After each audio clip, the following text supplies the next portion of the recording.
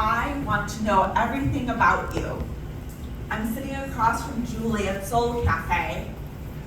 What's your connection to Friendship Circle? How do you know the Zorns? Julie is the executive assistant for Basi Shemtov. Basi created the nonprofit Friendship Circle that now serves more than has served more than 3,000 individuals with special needs. And about a week earlier, Julie emailed me and let me know she was my personal staff fundraising assistant, which I'm like, amazing, awesome. But how did I get started? Well, I haven't thought back to 2019 in a minute, but let's just say not my favorite year. Yet that year was the spark to get me to exactly where I am today, which is a dedicated fundraiser for Friendship Circle, as well as a Jewish leader in Metro Detroit. 2019 started spectacularly. I performed here at Go. The theme was lucky. I talked about how lucky I felt to be where I was at that point in my life living with bipolar disorder. I proudly talked about having that balance of experience and hypochondria and keeping myself stable and highly functional. Then, a few weeks later, of course, I was hospitalized with mania, and true to form to all my previous episodes, I was in and out of hospitals with no end in sight, and I was not okay. I was trying to support myself doing document review, attorney document review, its own circle of hell, if I may say so myself.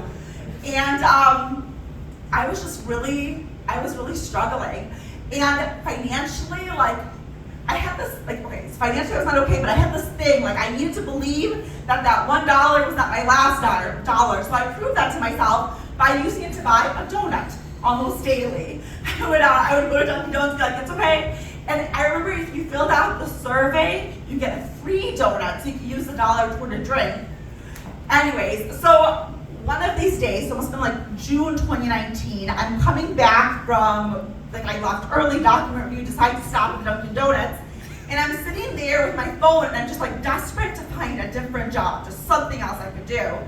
And I'm somebody who loves camp. I love summer camp. It's been a million years since I've been there, but I'm like, wouldn't that be amazing? But of course, overnight camp is not an option because I have 2 cats that I love dearly and I would never leave them by themselves. Also, I'm very not okay in my mental health, although I lack that perspective or options, right? That's a beautiful thing. But I look and I see that there are jobs at JCC Day Camp. JCC Day Camp is just a few miles from where I live in West Bloomfield. And it lights me up, I get excited, I apply, and one of the options you could choose, what positions are you applying for, was to work with individuals with special needs, and I said, sure, why not? And I, instead of going home, drove to Heritage Park. I'm a Farmington nut, I'm a self-appointed ambassador of Farmington, so I love to plug all my favorite spots, but anyway, so I drive to Heritage Park, and I'm in the parking lot, and I look at my phone, and it's not even 10 minutes later, and Stephanie, the director of the special needs program, she already wants to interview me, and it just felt like beshared, just meant to be, right?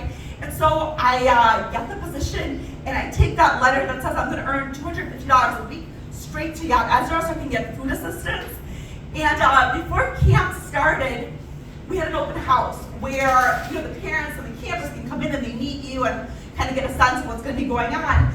And one of the people that comes that night is Jules, and Jules was my supervisor when I was 10 years old at Tamarack camps, and I just couldn't believe it. And Sean, one of her sons, was going to be my camper, and camp was supposed to be 10 weeks, and there was so much good, but I really was just not okay, just overwhelmed, and every week I was missing at least one day, and the Maccabi games were in Metro Detroit. It's Olympics for Jewish teens. I don't know if you have to be Jewish, but I'm pretty sure it's teens.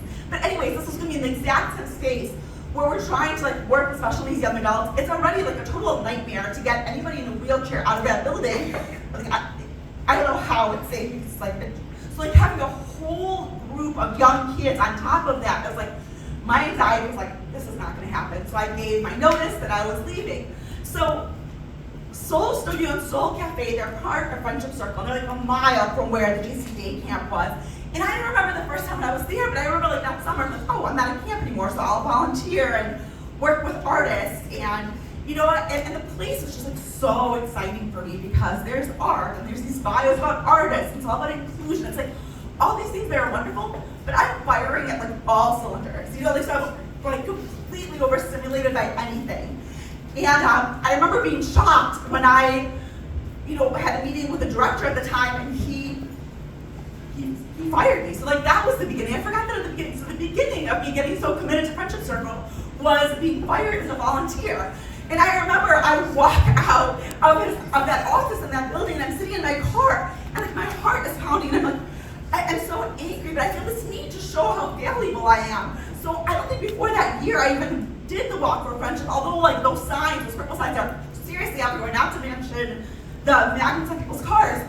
And so like that, sitting in my car before I even started driving, I signed up for the walk, and that first year in 2019, I think I raised like less than $200.